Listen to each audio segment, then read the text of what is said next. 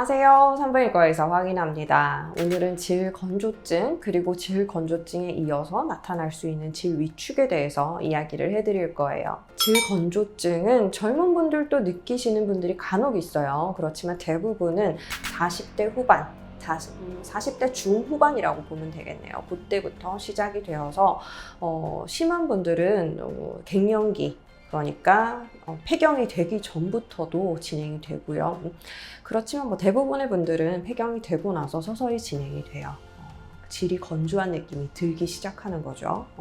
질이 건조한 건 어떻게 알 수 있는가 하면요. 가장 초기 단계에서는 관계할 때만 느낌이 들어요. 관계를 가질 때 원래는 애액도 많이 나오고 좀 축축하고 약간 미끌미끌거리는 느낌이었던 분들도 질 건조증이 진행이 되면요. 이게 어떻게 이렇게 차이가 날 수 있을까 생각이 될 정도로 좀 전후가 달라요.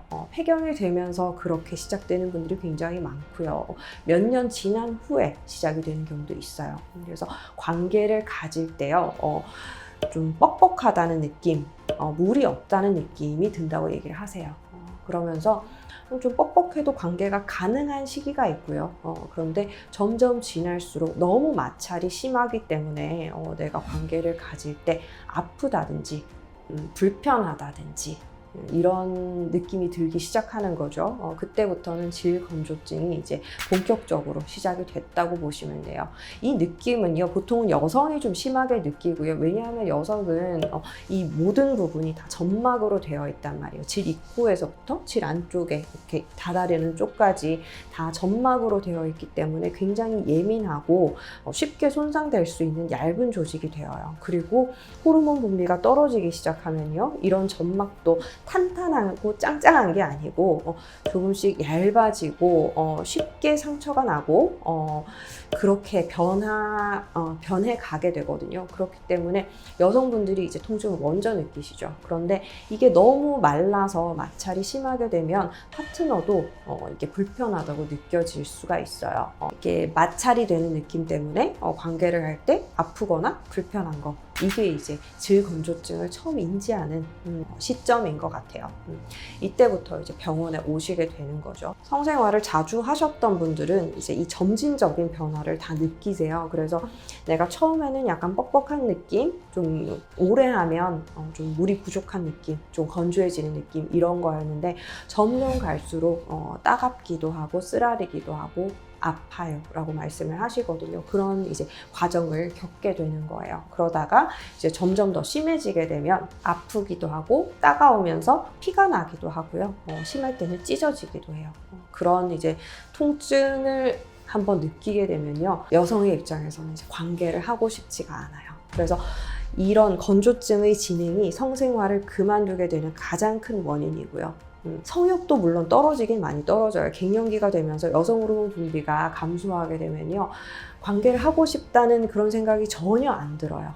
성욕이 원래 있으시던 분들도, 없던 분들은 더 떨어지겠지만 있으시던 분들, 나도 이제 일정한 간격으로는 관계를 갖고 싶던 분들도 이제는 더 이상 이제 생각이 들지가 않는 거예요. 괜히 남편이 옆에 오면 너무 싫고 부담스럽고 이렇다고 말씀을 하세요.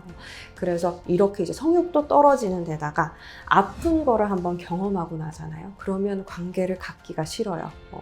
나는 이렇게 고통스러운 과정일 뿐이거든요. 그 전에 내가 그래도 성욕이 크게 없더라도 아프지만 않으면 그래도 남편의 요구에 좀 부응을 해줄 수가 있었는데, 아프기 시작하면요, 이 사람이 어떻게 느껴지냐면 나를 사랑하는 남편이 아니고 나를 뭔가 이제 해코지를 하려는 사람으로 느껴진대요. 그래서 너무너무 싫대요. 그래서 이런 식으로 관계를 하지 않게 되는 거죠. 그러면 문제가 뭐냐면 질건조증은 계속해서 진행이 돼요. 조금씩 이제 내가 느끼지 못할 뿐이지, 왜냐하면 관계를 하지 않으니까 느끼지 못할 뿐이지 약간씩 진행은 되거든요.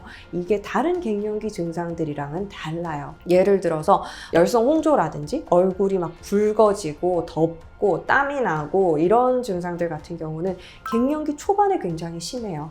그래서 생리를 안 하게 되고 한 달 이렇게 있다가 끝나는 분들도 있고요. 보통은 한 1, 2년 정도 지나가면 이런 열성 홍조 증상은 많이 호전이 되세요. 물론 뭐 10년까지 가는 분들도 있죠. 그렇지만 그런 예외적인 상황을 제외하고는 거의 이제 초반에 있다가 어느 정도 좋아지는 증상이거든요. 그런데 이런 질건조증 같은 경우는요, 처음에 시작을 했을 때 막 심하게 나타나는 게 아니고 그때부터 이제 조금씩 시작이 되는 거예요. 그래서 약한 형태로 나타나기 시작해서 점점 나이가 들수록 더 진행이 되는 거죠.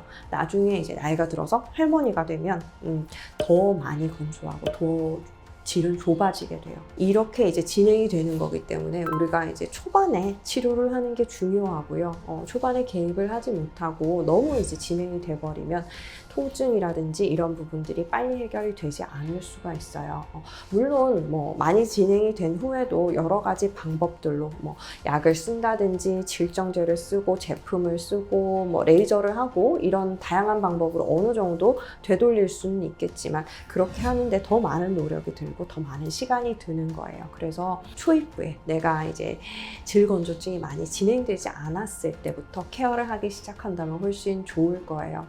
질건조증의 경과는요, 처음에 그렇게 뻑뻑한 느낌에서 시작해서 따갑고 쓸리면 아픈 그런 통증으로 이어지고 그러면서 피가 날 수도 있다고 말씀을 드렸어요. 그거는 이제 관계를 하시는 분들, 근데 성생활을 전혀 안 하시는 분들은 이 초반의 단계가 진행될 때까지 아무 느낌이 없어요. 모르세요. 그래서 산부인과에 가면 산부인과 검사를 받거나 검진하러 2년마다 오시잖아요. 그러면 예전에는 산부인과 검사가 이렇게 아프거나 불편하지 않았는데 왜 이렇게 아파졌지? 왜 이렇게 불편하지? 왜 하고 나면 피가 나지? 이런 생각이 드실 거예요. 그러면서 이게 점점 더 진행이 되잖아요. 그러면 가만히 있어도 아프고 따가우실 수가 있어요. 질점막은요, 어떻게 생각하면 우리 입 안에 점막 있죠. 구강점막이랑 비슷해요. 그런데 호르몬이 공급되지 않게 되면요, 질점막 쪽으로는 이제 혈류가 많이 가지 않아요. 그러면 약간 마르고 점막 자체가 원래는 도톰하던 점막이 점점 얇아지고 약해지고 혈류가 안 가니까 창백하게 변하고 이런 식으로 변화가 생기거든요.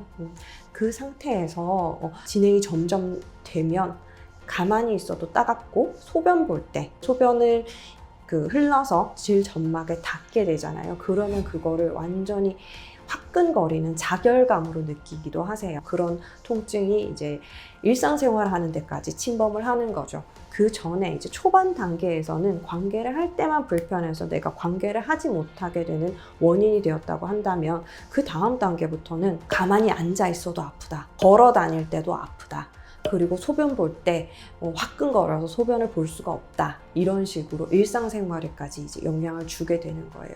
그렇게 되면 이제 질건조증은 많이 진행이 된 거죠.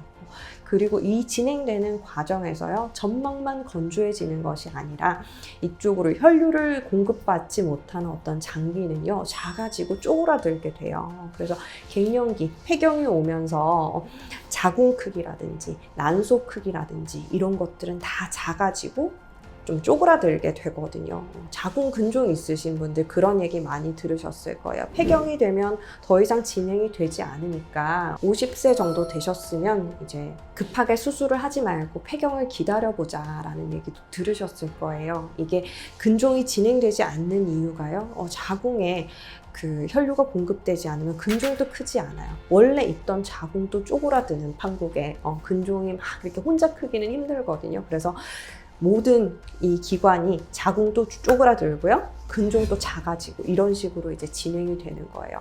이 과정에서요, 질도 작아져요. 질도 좁아지고 더 타이트해지고 위축이 되는 거예요. 그러면 문제가요, 성생활을 아예 안 하실 분들은 그냥 검진할 때 좀 불편한 거 그것만 이제 감수를 하시면 돼요.